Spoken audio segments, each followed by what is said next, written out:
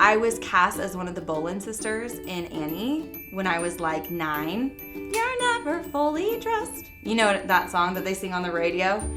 And the script called for them to like take out their gum and stick it on the microphone to sing the song and then grab it and put it back in.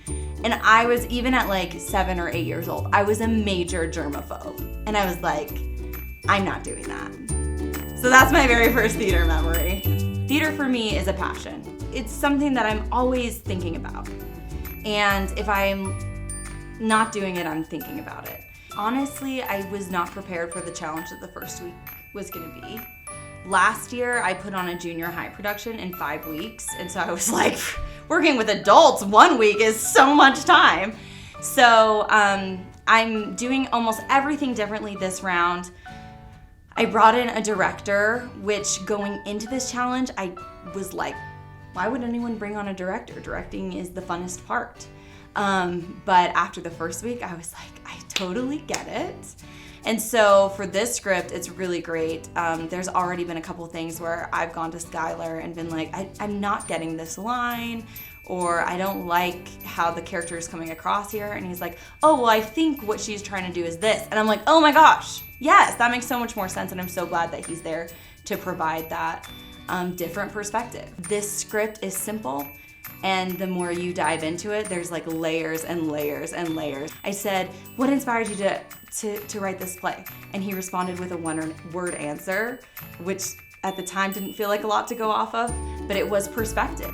The best friends we have in life are people who help us see things from a different perspective, who push us out of our comfort zones, who get us out of our own head, out of our own shoes, you know, because it's so easy to go through life and you have your experiences and you have your feelings, and that starts to feel like all that matters, and you can't understand why other people are acting this way.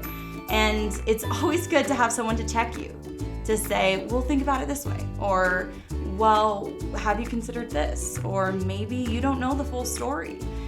And that's what I'm really excited to bring forward, to bring to life on Saturday.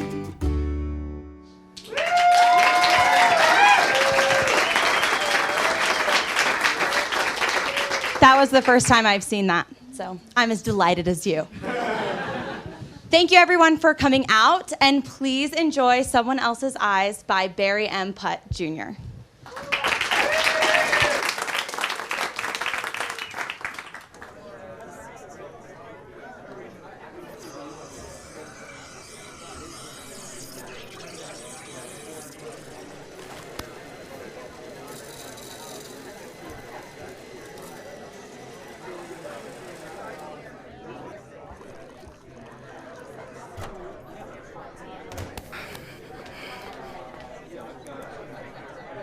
Over here. Are you Franklin? Yes, Denise? It's nice to meet you. You too. These things are always hard, aren't they? Sometimes. Please, sit. I've told my friends 100 times I don't want to be set up anymore. All you meet are weirdos. It can be challenging. I'll say. But then it's all in the eyes of the beholder. You wouldn't say that if you'd seen some of the guys I've been fixed up with. Like who? There was a butcher. I mean, really, my friends know I'm a vegetarian. Oh, me too. Then you understand how ridiculous that is. There was also a pilot. I'm afraid of flying, and he wanted to fly me all over the place. It might have helped you overcome your fear. No, you're not getting me up in one of those things. And then there was the divorced man. 3 times. After one divorce myself, I do not need to meet anyone that's more experienced in that than I am. At least your friends are trying. Me, I prefer a more laid-back life. Oh, I'm sure. When they told me you were a banker, I was so relieved. Finally, someone who speaks my language. Money. I deal with it at work, but my salary's the same as the next guy's. That's all right. Would you like to look at the menu? That's not necessary. I've been here before. You're welcome to. I think I'll have the barbecued vegan wings with ranch sauce. I heard they're good. Good. I'm going to have the mixed salad. Is that all you want? It's plenty. I need to watch my figures so that other people will want to as well. You're funny. I'm glad you think so. Can you see the waiter? He's busy. Let's just use the self-service option. How does that work? You just enter your order into this thing here, and then they bring it over to you. Okay. I'll do it. Thanks. You know, people say we live the life we live because we chose it. I find that hard to believe.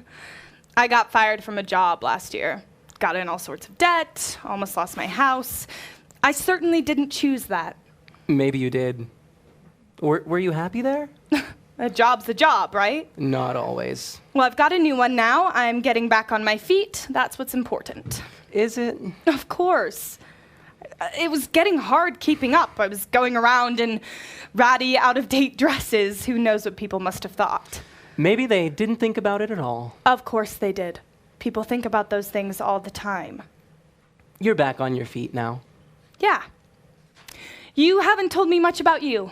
I was listening to you. I hope you do more than sit around like my last date, the couch potato.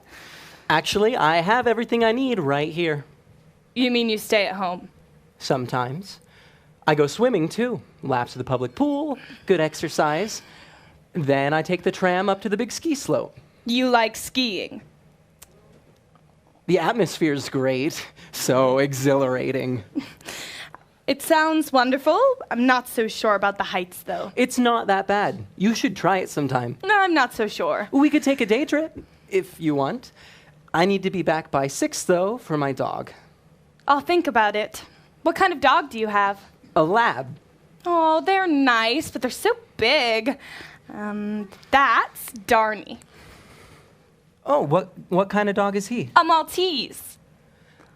With white fluffy hair, a lot of energy in his eyes, and tongue hanging out. Usually, but he's going through a tough spot when that picture was taken. And his fur's more gray than it is white. Very nice. I'm sure he makes a lot of happy barks. A bark's a bark. Not if you listen.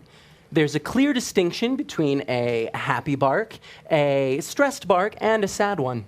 I never noticed. Your napkin. What about it? It fell on the floor there. Oh. You're funny. It's right in front of you. So stop playing. You're worse than a blind man. I am. You're not really that bad. I'm just joking. I mean, I'm blind. What? Yeah. I'm sorry. It's all right. Well, how did you see me come in? I didn't. I smelled your perfume. Really? Mm-hmm. Well, how could you with all the different smells in this place? When one of your senses doesn't work, it makes your others stronger. I see. Oh. Well, how did you get here? I took the bus. You were lying to me about skiing, weren't you? No. Making fun of me. I never said I ski. I just like going up to the mountain to feel the air on my face, hear the sound of the skiers jumping off on their journey. It's exciting. Maybe. But other than the heights, it's all too spectator for me. How do you know? Have you ever tried it? I just know. People put things down sometimes that they really don't know anything about. Take radio shows, for example. Radio shows. Yeah. Old-time radio dramas like Suspense and The Lone Ranger. What about them? When you listen to them, you get to create the world. It's under your control, not someone else's. Who cares what someone looks like physically? It's what's inside that counts. Yeah. That's what those radio shows help you to focus on. That's what it's like for me all the time. I'm sorry. I didn't mean anything by what I said before about being blind. It's all right. You're not the first one to say it. It's pretty incredible to have the ability to open yourself up like that. We all have it.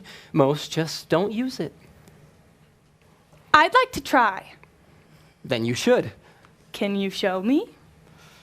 I don't think so. We're just too different. Oh, please. I've never looked at life like that before. It must be something to feel so free. It is, but I don't need anything impeding my life right now. I won't, I promise. I don't know. I'm tired of missing out on all the important things.